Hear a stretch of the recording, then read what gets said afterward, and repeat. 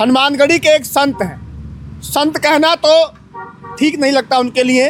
नाम है राजू दास। आए दिन बयानबाजी करते रहते हैं, टारगेट पर रहते हैं समाजवादी पार्टी के मुखिया अखिलेश यादव। गोंडा में जाते हैं, गोंडा में वो अखिलेश यादव को राक्षस कह देते हैं। उसके पहले भी न जाने कितनी बयानबाजी वो कर चुके हैं। लगता है कि इस बार अयोध्या से टिकट चाहिए, मेयर का टिकट मांग रहे थे, नहीं मिला है।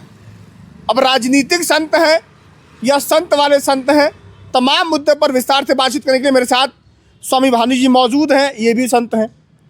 अब आइए बातचीत करते हैं, समझते हैं कि एक संत की क्या भाषा होनी चाहिए, उसकी मर्यादाएं क्या होनी चाहिए, और अगर राजनीतिक संत है तो वो संत ही छोड़ के राजनीति ही क्यों नहीं करता है। स्वागत है आपका। आपका भी बहुत बहुत धन्यवाद। राजू दास फिर कुछ बोले हैं, इस बार अखिलेश जी को राक्षस कह दिए हैं।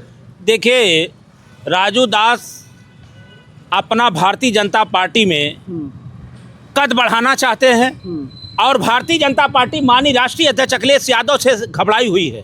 जो 24 का चुनाव आया है और लोकसभा के चुनाव में पीडीए के जननायक ने इतनी बड़ी जीत हासिल किया, जो देश की तीसरे नंबर की पार्टी बन गई और देश के सबसे बड़े प्रिय लोक नेता अखिलेश यादव जी बन गए, इसलिए यह शब्द प्रयोग किया जा रहा है। और संत की जो परिभाषा हो सकती है, वृक्ष ने कबहू फल भके, नदी ने संचय नीर, और परमारथ के कारण साधुन धरा शरीर।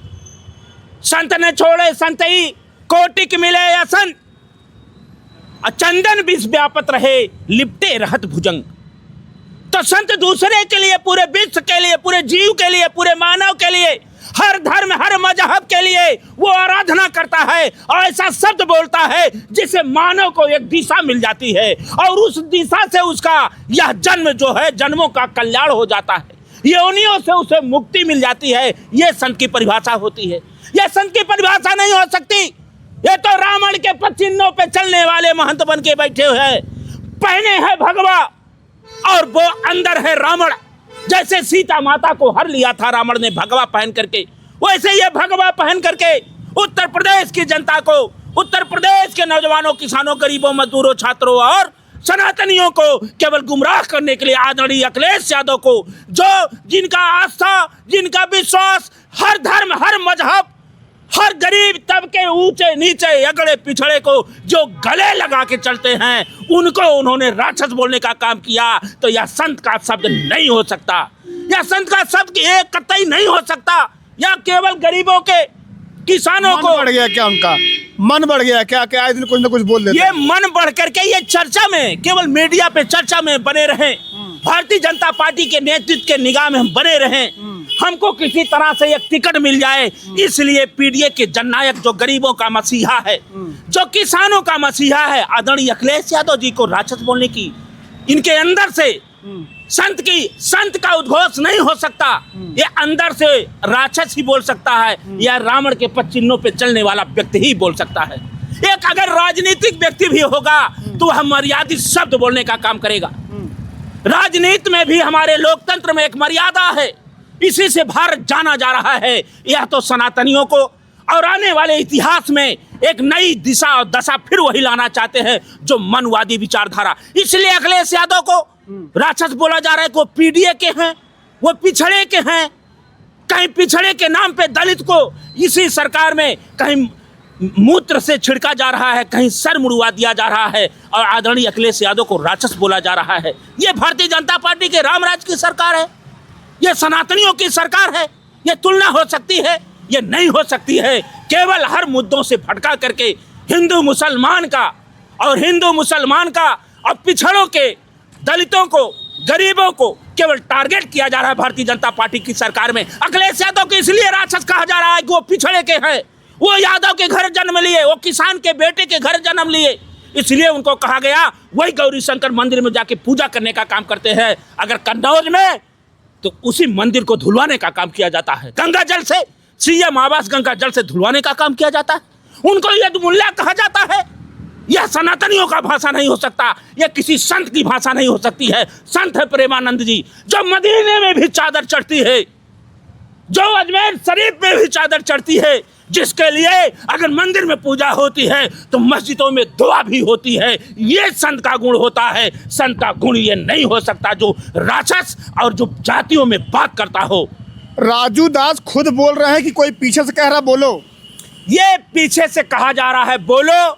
जब आप बोलोगे तब वो खिड़की खोलेंगे, तब वह या तो विधानसभा या पार्लियामेंट में जाएंगे, या राजनीतिक भाषा हो सकती है। इससे नौजवान, गरीब, किसान, मजदूर, आने वाली 27 की सरकार बनने जा रही है और नौजवान, किसान, गरीब, मजदूर, छात्र अखिलेश यादव को मुख्यमंत्री बनाने जा रहा है। और इसका जवाब राजू दास के महंत के शब्दों का जवाब जनता वोट देकर करेगी।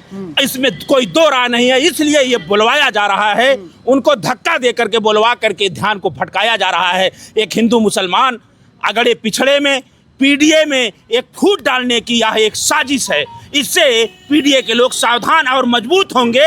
27 में समाजवादी पार्टी की और पीडीए की सरकार बनेगी, अखिलेश यादव मुख्यमंत्री बनेंगे। एक और सवाल होगा, आखिरी सवाल आपसे ये है कि सूबे के डिप्टी सीएम है केशव प्रसाद मौर्य, अभी उन्होंने ये कहा है कि अखिलेश यादव का जो मानसिक संतुलन है वो ठीक नहीं है, इलाज की ज़रूरत है उनको। इसलिए मैंने कहा कि जो वह एक अंगुली अगर दूसरे के ऊपर उठाया जाए, तीसरे 3 उंगली अपने ऊपर होती, उनका ही यही हाल है।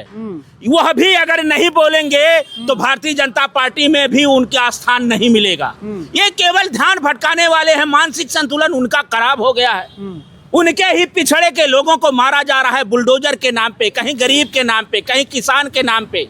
वो कुछ बोल नहीं पा रहे हैं, अपने समाज के लिए नहीं बोल पा रहे हैं। अखिलेश यादव जी एक दिव्य पुरुष हैं। अखिलेश यादव एक विकास पुरुष हैं। अखिलेश यादव जो संविधान को संजीवनी मानते हैं, लोकतंत्र को अपनी आत्मा मानते हैं और गरीब, अगड़ा, पिछड़ा, हिंदू, मुसलमान, सिख, ईसाई सभी को भाई भाई समझ के चलते हैं। अखिलेश यादव जैसा पूरा जननायक, पूरा नेता पूरे देश में कोई नहीं है। इनको तो प्रधानमंत्री जनता को बनाना चाहिए और 27 में एक मुख्यमंत्री बनेंगे। आने वाले समय में ये देश की जनता जागेगी और दिल्ली की कुर्सी पे भी अखिलेश यादव को बैठाएगी। और ऐसे लोगों की जो मानसिक, जो धर्म के नाम पे, गाय के नाम पे, गंगा के नाम पे, ब्राह्मण के नाम पे, हिंदू के नाम पे, अगड़े के नाम पे, पिछड़े के नाम पे, कहीं पाकिस्तान, खालिस्तान, अफगानिस्तान, हिंदुस्तान, मुसलमान, अगड़ा, पिछड़ा, मंदिर की केवल बात करते हैं। नौकरी की बात अखिलेश यादव करते हैं। लैपटॉप की अखिलेश यादव बात करते हैं। कन्या विद्या धन, बेरोजगारी भत्ता, समाजवादी पेंशन, चाहे कान्हा स्टेडियम हो, चाहे आगरा एक्सप्रेस हो,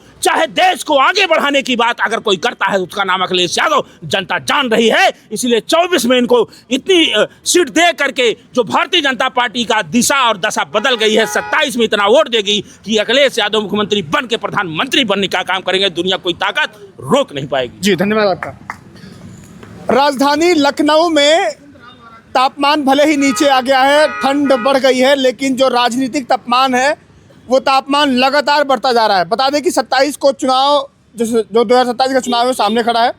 2027 चुनाव को लेकर के जो बयानबाजियों का दौर है लगभग कहें तो शुरू हो गई है। ठंड ज़रूर बढ़ गई है, लेकिन राजनीतिक जो गर्मी है वो लगातार बढ़ती जा रही है।